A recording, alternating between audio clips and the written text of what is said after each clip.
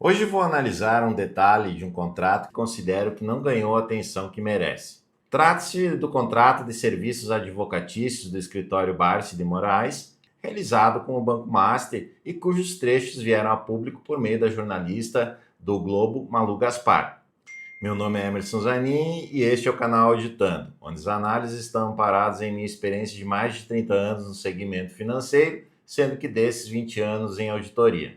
Inicialmente, faço a ressalva de que esta análise parte do pressuposto de que o contrato entre o escritório Barsi de Moraes e o Banco Master efetivamente exista, ou existiu, já que o banco foi liquidado. Vou analisar a cláusula relativa aos honorários previstos no contrato, que chamou a atenção tanto pelo valor elevadíssimo quanto pelo escopo genérico dos serviços que o escritório Barsi de Moraes prestaria ao banco.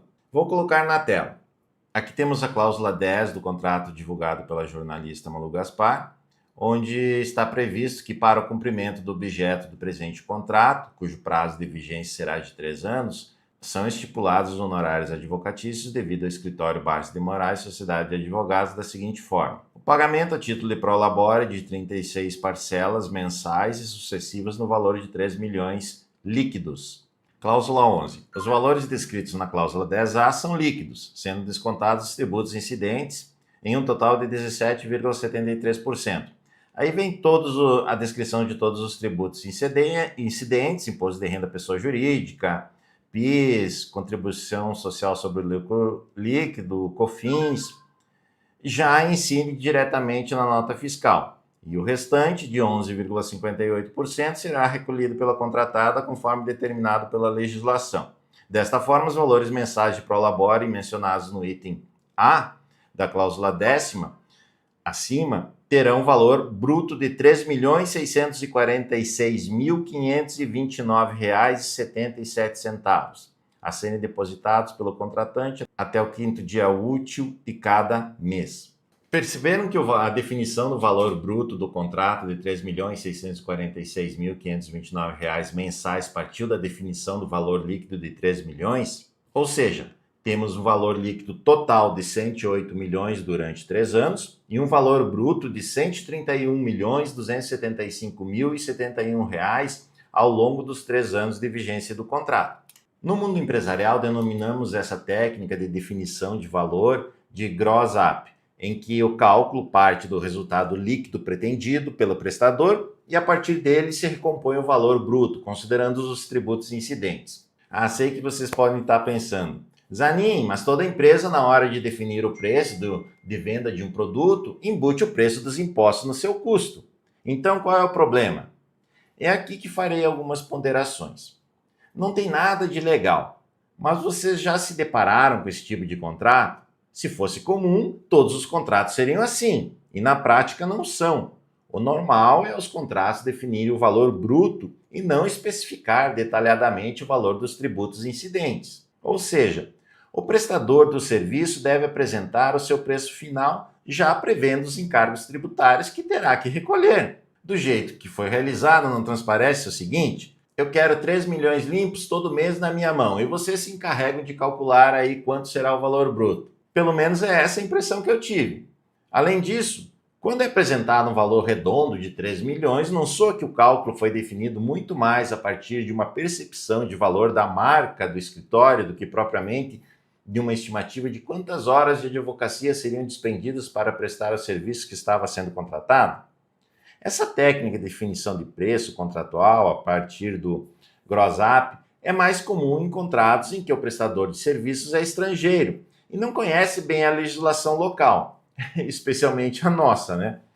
Nesses casos, o prestador define quanto quer receber líquido e o contratante brasileiro se responsabiliza por pagar também os valores dos tributos. Então, em contratos internacionais, o gross up costuma ser utilizado por quê? O prestador não domina a legislação tributária brasileira reconhecidamente complexa. Então, ele negocia o preço do serviço em valor líquido, tratando os tributos locais como risco do país do contratante. E assim, a obrigação de retenção dos tributos na fonte é do contratante brasileiro, que detém o controle sobre o recolhimento. Nesse contexto, o gross up é visto como um instrumento técnico de alocação de risco regulatório, amplamente aceito por auditoria, compliance e o mercado. A questão é que quando o prestador de serviço é nacional, a expectativa institucional é que os tributos incidentes sobre a remuneração integrem o risco ordinário da atividade do próprio prestador, sendo os honorários pactuados em valores brutos, sem a necessidade de uma engenharia contratual explícita, como foi o caso do contrato divulgado pela jornalista Malu Gaspar. Então, esse ponto eu considero questionável na lógica desse desenho do contrato que foi divulgado, pois não é o padrão em ambientes institucionais. No caso do contrato entre o Banco Master e o escritório Barsi de Moraes, mesmo com os tributos tendo sido calculados a partir do valor bruto, o contrato deixa claro que o valor líquido funcionou como referência econômica central. A cláusula é organizada para chegar a esse resultado, com a discriminação detalhada dos tributos do escritório e a transferência integral do ônus ao contratante, no caso o Banco Master.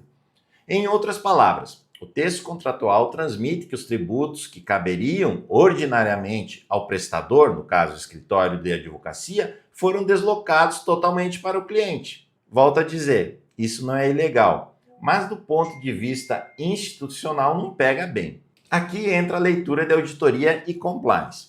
Um auditor interno do Banco Master, possivelmente, ao se deparar com essa cláusula, iria perguntar: por que fizeram dessa forma? Se as alíquotas dos tributos incidentes aumentarem, o escritório continuará recebendo 3 milhões líquidos e o ônus do aumento ficará todo com o banco? Quando um contrato é redigido dessa maneira, é natural que a percepção de quem o analisa tende a ser: este contrato foi desenhado para afastar completamente do escritório de advocacia qualquer ônus tributário relacionado aos honorários. Você não pensaria assim? Não se trata de dizer que o escritório não gosta de pagar imposto. Trata-se de reconhecer que a forma como o texto foi escrito permite essa leitura.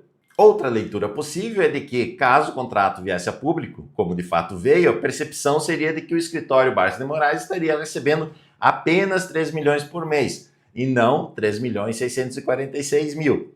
O fato é que, se essa foi a intenção, não adiantou, pois a mídia arredondou o valor para 3 milhões e 600, que por sinal é 3 milhões 646 mil por mês.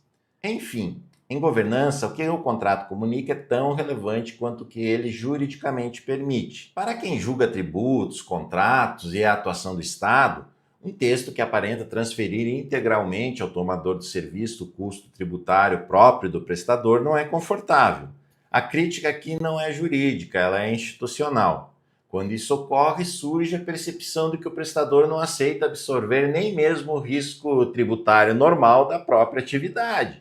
Quando protege quem domina a lei, ele deixa de ser técnico e passa a ser institucionalmente sensível. O contrato é defensável, mas a redação adotada emite um sinal ruim quando analisada fora do ambiente jurídico. No entorno do poder público não basta ser legal, é preciso também parecer correto.